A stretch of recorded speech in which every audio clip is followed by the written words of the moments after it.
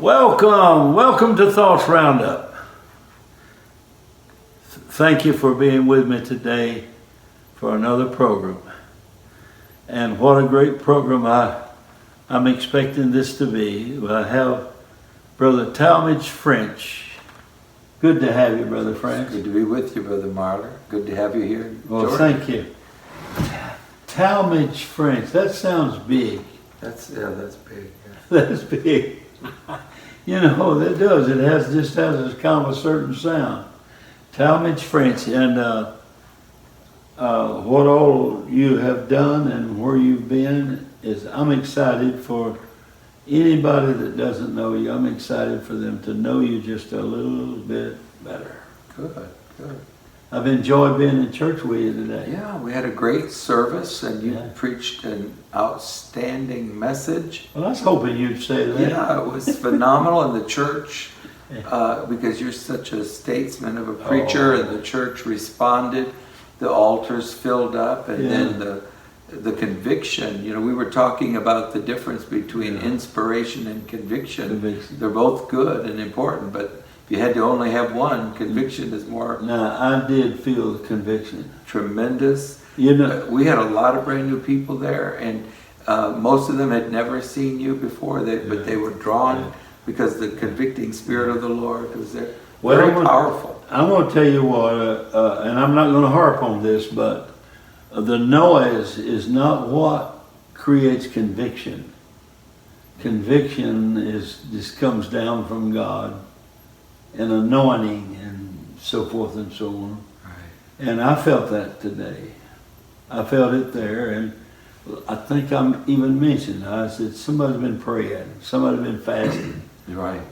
Somebody's been living right, because when it comes down like that and you feel it like that, it's just worth it. Yeah, I thought when you were preaching that the conviction that was it was almost from the very beginning. Yeah. That it was because the true preaching emphasizes the word and what it really means, what it's speaking to people's hearts, and not some sort of theatrics. Well, because you could be an actor and never really have true conviction there. You know, Brother French, I can't help but go back. You know, Brother and Sister Cole, they were the ones that were pastors before you, right? Correct. Yeah. And they were such wonderful people. Marvelous. They were district leaders. District leaders, yes. Their whole ministry was right here in Atlanta. And I remember how nice they treated you and stood by you when you came in. I never dreamed of coming to Atlanta. I would have never. I mean, I'd been here and preached and did the camp meetings, but when Brother Cole came to me 12 years ago, and of course the church was quite small at that point, but it is big, gorgeous building, and he said the Lord had spoken to him. Well, I had a lot of confidence in Brother Cole, and I said, Brother Cole, don't say that, because I have no intentions of coming to Georgia unless the Lord speaks to me. I know I will not come to Georgia. I was just here preaching in the district. And he said, well, I'm confident you will, because the Lord's told me. And I mean, the Lord and ever since God brought us here 12 years ago, almost to the day, it has just been continual revival. And you fall back on that, the way God worked. How God spoke. And so forth, I'm sure of that. Well, it is, of course, Brother Cole was sick and so forth, and things had kind of waned a little, you know. That's true, right. But you've been able to you've raised your family basically here, haven't you? In a sense. My boys have come here with us now, and they're all raising their families here. And they wasn't real old when you came, though. Nathan married after he came here. Yeah, he married a Georgia girl. Yeah. So. Well, now let's talk about Sister French. Sister French. Okay. You know, she has put a lot into this. Yes, she has. She's the light. She works in the background, and she has put an awful lot in it. She's a leader of ladies and an inspiration. Sister French was one of my wife's best friends. My wife loved her, and I know Sister French loved her. And we loved Sister everything. Marler. And whenever I get with y'all, when I'm with y'all, it makes me feel close to my wife, too, you know, in a certain way. Well, let's talk about your education just a little bit. And I know you don't ever brag about that, but I want us to just openly talk about it. Tell us a little bit about your education. Okay. Well, you know, years ago I got into the ministry, and I really almost since my childhood I've been into.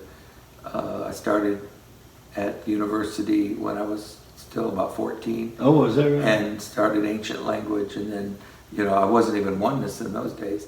And then, but all through the years, I've stayed involved in education, and went to Wheaton College, where Billy Graham went. Wheaton College. Wheaton College in Chicago.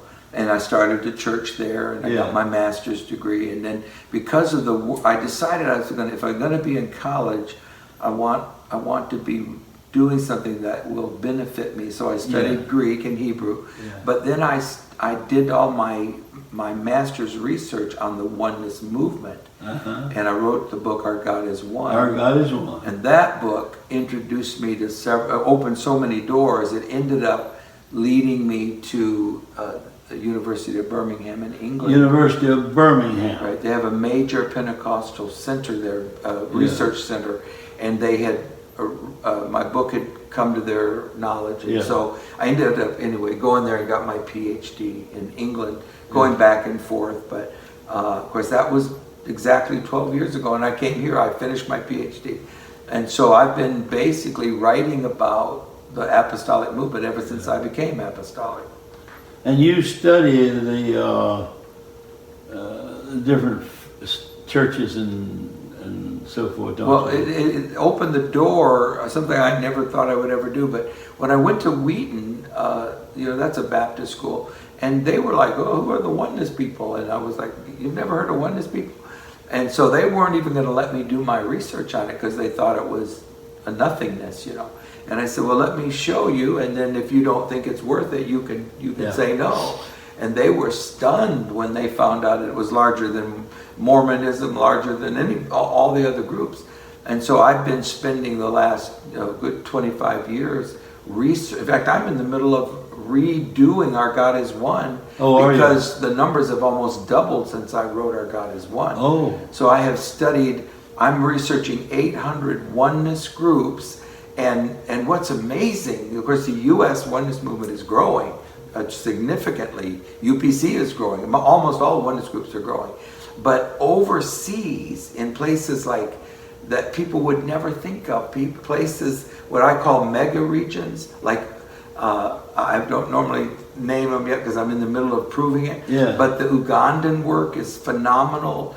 Nigerian, I mean, it's growing. And Ethiopia, places like that. So that's been a passion of mine to demonstrate that the oneness of God in baptism in Jesus' name is not a little drop in the bucket, but it is a massive revival, and it's happening all over the world. What is the man that wrote so many books?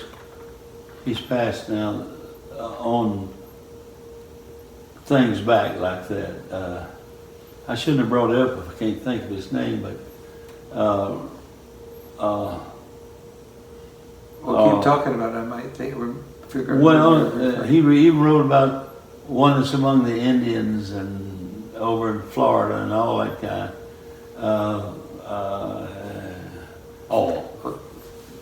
Folks forget it. We'll think of it in a minute.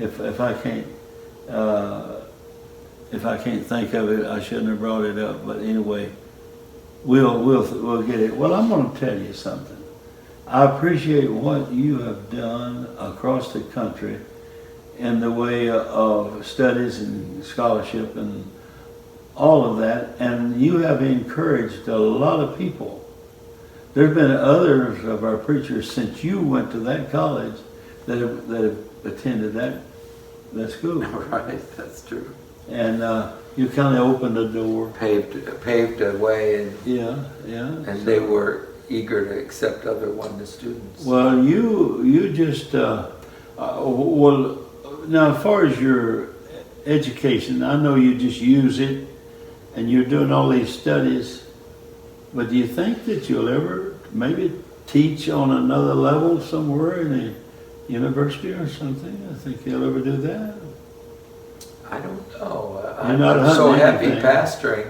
Yeah. I do teach in some of our colleges off and on, Do you? short term, just to, you know, Yeah. because I enjoy that. But whether or not I would ever teach like I used to do in college, I probably will stay with just the ministry, because I want to write. I want to continue pastoring, and that opens the door for And me you're to gonna write. Continue to write. And I've got to publish this new research, which is very, very amazing.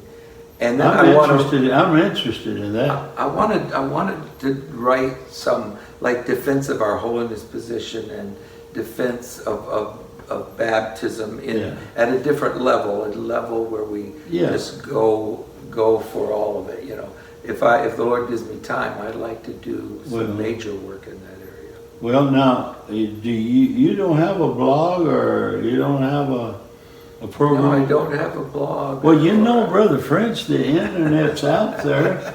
That's true. If I had what you have, I'd probably do the same thing or worse. But I think you ought to. Why don't you just grab a hold of the internet, horns of the altar? Horns of the well, internet. I've thought about it. We're talking about it, and kind of in the next year we really plan to do some. Because the boys are anxious for me to join the blogosphere. And so. Yes, come on up, and who else could do any better than what you could do, and put us something out here where, as they used to say at home, eyeball it. Yeah. You know. Well, you've inspired me through the years, and so your encouragement may just be I've all talked to you about it, but it seemed like it hadn't got anywhere. Well, that's true. But I want you to, and others want you to. I've had others talk to me about it.